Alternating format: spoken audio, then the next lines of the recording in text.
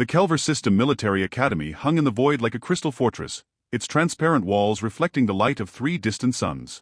Inside Corridor 14, Mara Chen walked alone, her standard-issue boots making soft sounds against the polished floor. She carried a datapad under one arm and wore the academy uniform with the single bronze stripe of a first-year cadet. Her black hair was pulled back in a practical bun. Her expression showed nothing. The corridor curved ahead, leading toward the residential quarters. Most cadets were in the mess hall or training facilities at this hour. Mara preferred the quiet. She had spent the last 6 hours in the combat simulation labs, running scenarios that her instructors insisted were beyond first-year capabilities. She had cleared all of them. A shadow moved at the intersection ahead. Then another. Mara slowed her pace but did not stop. Her heart rate remained steady at 60 beats per minute. Standard resting rate for a human. Dangerously low for most species in the academy. 7 figures emerged from the side corridors, forming a semicircle that blocked her path. Mara recognized them immediately. Vorthan cadets, 2nd and 3rd year students with the gray and silver stripes to prove it. Their leader was Kelrix, a male with deep purple skin and 4 arms, each one corded with muscle that spoke of high-gravity world origins. His homeworld pulled at 3 times standard gravity. Earth pulled at 1.2. He smiled, showing teeth designed for tearing. The other 6 spread out behind him, cutting off any retreat. They were Dravik, Sentiel, Corvin, Thes, Mira, Jorik and Palin. Mara had memorized their names after the first time they cornered her in the training room. That time, instructors had been present. This time, the corridor stretched empty in both directions. Kelric spoke in Standard Galactic, his voice carrying the usual contempt. Your kind does not belong here, Deathworlder. You have polluted this academy long enough. Mara stopped walking. She set her datapad down carefully against the wall, making sure it would not be damaged. Then she straightened and looked at Kelrix with the same expression she might use to examine a particularly boring specimen in xenobiology class. You have been planning this for 3 weeks, she said. Her voice was conversational, almost friendly. Since I scored higher than you on the tactical assessment. Since Commander Vrel used my strategy solution as the example for the entire class. You have been gathering your friends, picking this corridor because it has no security cameras in this 30-meter section due to maintenance. You waited until after 3rd meal when most cadets would be elsewhere. You even checked my schedule to know I would be returning from the simulation labs. Kelrix's smile faltered. The other 6 shifted uncomfortably. Mara continued. You brought 7 people because you researched human combat statistics and decided overwhelming numbers would compensate for individual capability. You assumed I would be tired from training. You assumed I would be afraid. You assumed many things. She took 1 step forward. Kelrix took 1 step back before catching himself. Your assumptions were incorrect. What happened next took 4.3 seconds. Mara moved like water flowing downhill, like gravity expressing itself through flesh. Her body had been forged on a world where everything tried to kill everything else, where the air itself carried enough oxygen to make other species lightheaded and euphoric, where the atmospheric pressure crushed visitors in protective suits, where predators hunted in packs and children learned to fight before they learned to read. She ducked under Kelrix's first swing, her movement so fast that his 4 arms grasped empty air. Her fist connected with his solar plexus, driving the air from his lungs. Before he could fall, she was already moving, spinning low to sweep Dravik's legs out from under him. He crashed into Sentiel, and both went down in a tangle of limbs. Corvin lunged from her left. Mara caught his arm, used his own momentum to flip him over her shoulder. He slammed into the wall with enough force to crack the surface. Thes and Mira came together, trying to flank her. Mara dropped to the ground, rolled between them, and kicked upward with both legs. 2 sharp impacts, 2 bodies collapsing. Jorik was the smart one. He ran. Palin tried to grab her from behind. Mara snapped her head back, connecting with his face. There was a wet crunch. He let go, stumbling backward with blood flowing from his broken nose. Kelric struggled to his feet, wheezing. His face had gone pale purple. You are not, he could barely speak. How did you, we outnumbered you. Mara picked up her datapad, checking for damage. There was none. On my world, she said calmly, children face worse odds every day. We have predators that hunt in packs of 20. We have insects whose venom can kill in minutes. We have weather patterns that can flatten cities. We have plants that are carnivorous. We have bacteria that other species cannot even be vaccinated against because their immune systems cannot comprehend the threat. She walked past Kelrix, stepping over Dravik who was groaning on the floor. The 6 who remained conscious watched her with something new in their eyes. Not respect yet, but the beginning of understanding. You wanted to teach me a lesson, Mara said over her shoulder. Consider yourselves educated instead. She continued down the corridor, leaving them scattered behind her like debris from an explosion. Her heart rate had increased to 70 beats per minute during the altercation. It was already dropping back to 60. The residential quarters were quiet. Mara entered her small room, the same size as any other cadet space, and sat on her bunk. She pulled up the Academy network on her datapad and filed an incident report, detailing the ambush with precise language and exact timestamps. She included medical assessments for each of the 7 attackers, noting which ones would require back-to treatment and which ones would heal naturally within a day. Then she attended to her own injuries. There were none. She was reviewing combat theory texts when her door chimed. Protocol required her to answer. She opened it to find Commander Vrel standing in the hallway, his serpentine body coiled in a posture that indicated serious concern. Behind him stood Academy Director Thane, a female Crete with silver scales and eyes that missed nothing. Cadet Chun, Commander Vrel said. We received your report. Yes, sir, Mara replied. Director Thane studied her with an intensity that would have made most cadets uncomfortable. You hospitalized 7 students in 4 seconds. 4.3 seconds, Mara corrected. And they will recover fully. I was careful. Careful, the director repeated. The word seemed to amuse her. Do you understand what you have done? I defended myself against an unprovoked attack, Mara said. Yes, Commander Vrel agreed. And you did so with a level of efficiency that has caused quite a stir among the faculty. We have been reviewing your file, Cadet Chen. Your scores. Your simulations. Your combat assessments. Everything about you is exceptional. Thank you, sir. It was not a compliment, Director Thane said. It was an observation. Tell me, Cadet, why did you apply to this academy? Earth has its own military institutions. Mara met the director's gaze without flinching. I wanted to learn how other species approach warfare. I wanted to understand their tactics, their strategies, their weaknesses. The word hung in the air between them. And have you learned what you needed? The director asked softly. Mara considered the question.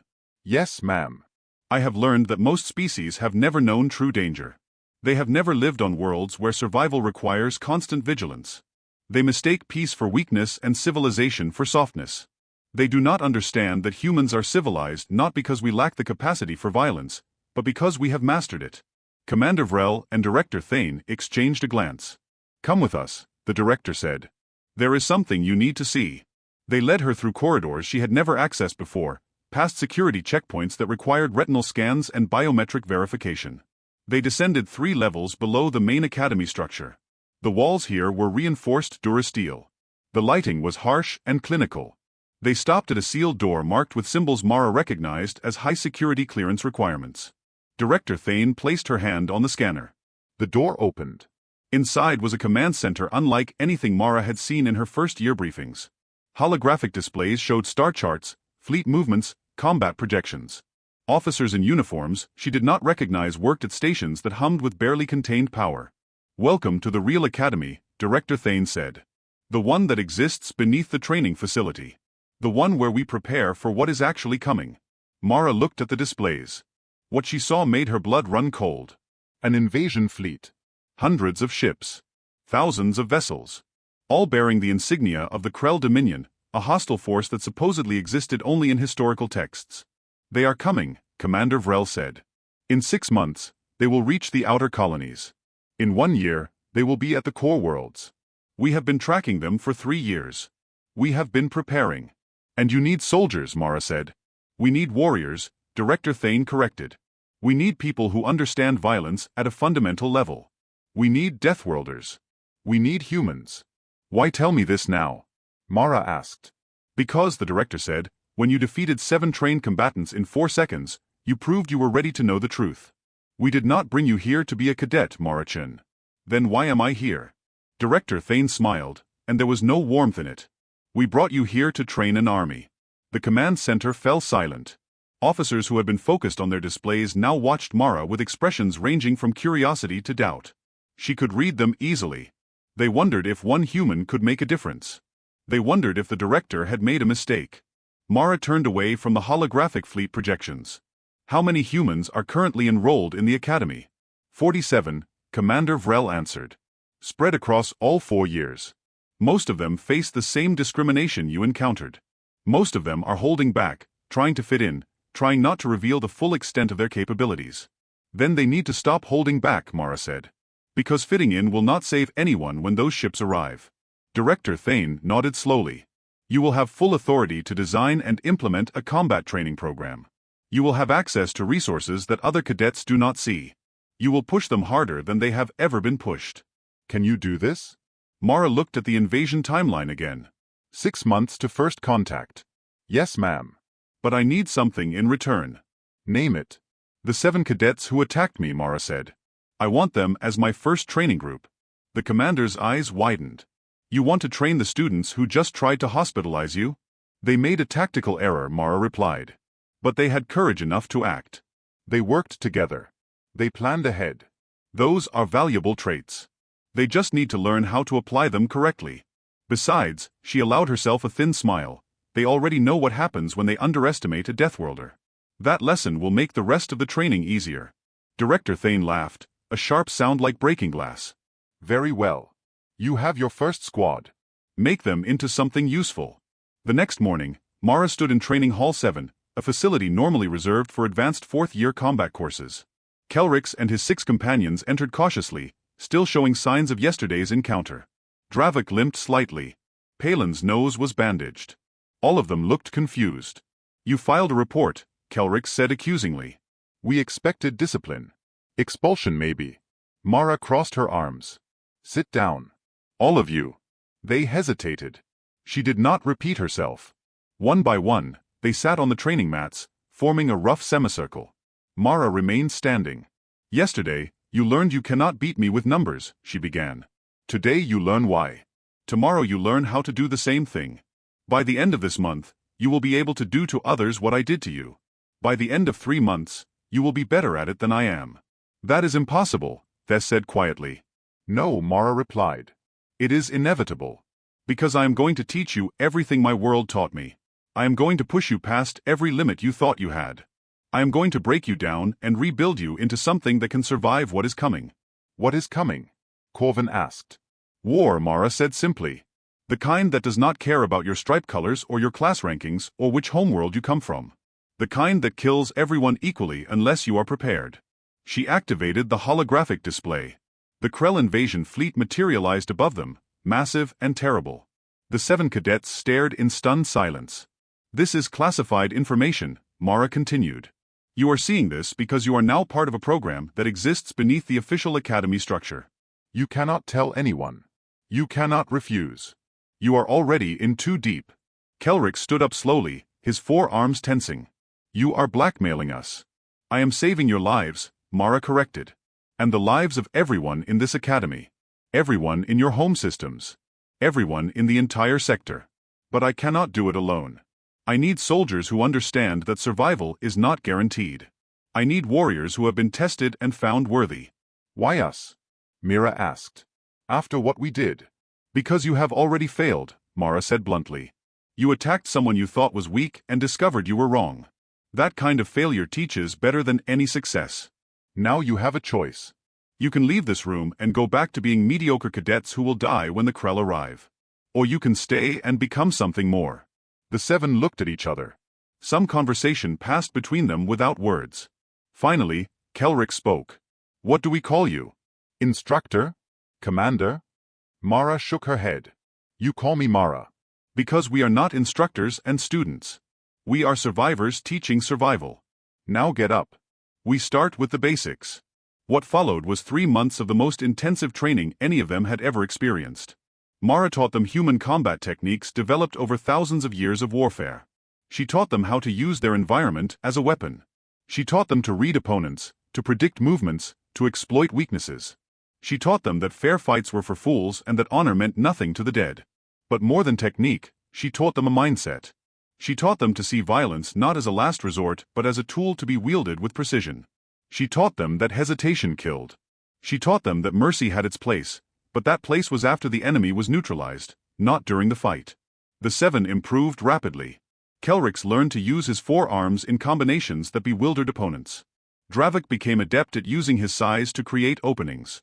The others each found their strengths and honed them into edges sharp enough to cut through any defense. Word spread through the academy about the mysterious training sessions. Other cadets noticed the change in Kelrix's group. They walked differently now. They moved with confidence that bordered on arrogance. When challenged in standard training exercises, they dominated with tactics that instructors had never seen before. More humans approached Mara. She accepted them all, creating additional training groups. The program expanded. By month 4, 60 cadets were training in the hidden facilities beneath the academy. By month 5, that number had doubled. Director Thane provided resources without question. The invasion timeline held steady. Then it changed. Mara was running a night training session when the alarm sounded. Not the standard drill pattern. The real thing. She and her trainees ran to the command center, bursting through doors that would have been locked to them weeks earlier. The holographic display showed a scout fleet emerging from hyperspace near the 4th planet. 12 ships. Krell design. They were 2 months early. Director Thane turned to Mara. We have 4 defense platforms online and 2 patrol cruisers in the system. Against 12 Krell warships, we have approximately 15 minutes before they reach firing range of the Academy. Mara studied the tactical display. Where are the nearest reinforcements? 6 hours out, Commander Vrel said grimly. We sent the distress signal. They are coming.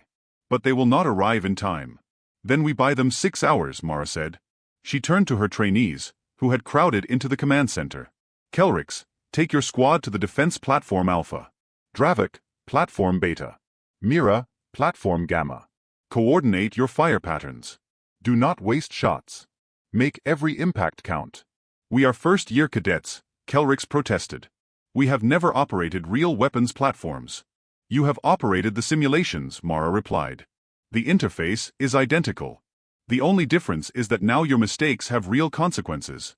So do not make mistakes. The trainees ran. Mara turned to the director. I need a combat shuttle.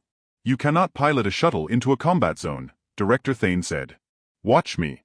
What Mara did next became legend. She took a small training shuttle, a craft never meant for combat, and flew it directly toward the Krell scout fleet. The enemy ships ignored her at first, dismissing the shuttle as irrelevant. That was their final mistake. Mara flew through their formation at speeds that should have torn the shuttle apart. She used the craft's minimal weapons to target sensor arrays and communication relays. She did not try to destroy the warships. She blinded them instead. She made them panic. She turned their strength into confusion. The defense platforms opened fire, guided by Mara's trainees who had learned to think like predators. They targeted engines first, then weapon systems, then life support. The Krell ships, suddenly unable to coordinate, unable to see clearly, unable to communicate, fell apart under the precise assault. 11 of the 12 ships were disabled within the first hour. The final vessel attempted to flee. Mara pursued in her damaged shuttle, pushing the engines past their limits. She broadcast a message in Krell standard language. Tell your commanders that Earth remembers. Tell them that humanity is waiting. Tell them that when your invasion fleet arrives, we will teach you what your scout force learned today. You are not the apex predators anymore. The Krell ship jumped to hyperspace, carrying her message back to the invasion force. Mara returned to the academy.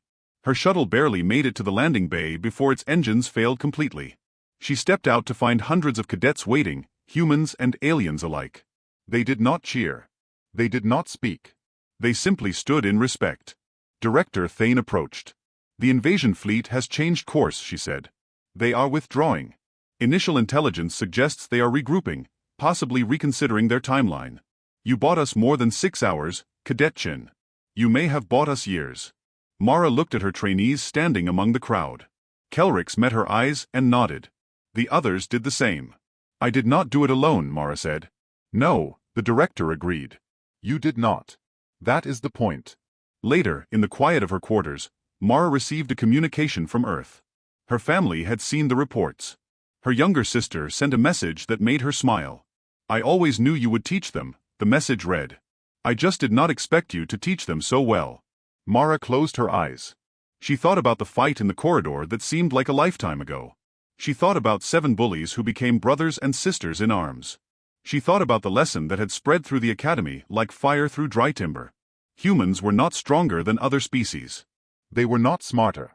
They were not blessed by genetics or favored by evolution. They were simply from a world that had taught them one undeniable truth. Survival is earned, never given. And those who earn it can teach others to do the same. The galaxy was learning that truth now. And the Krell invasion fleet, somewhere in the darkness between stars, was learning to fear it.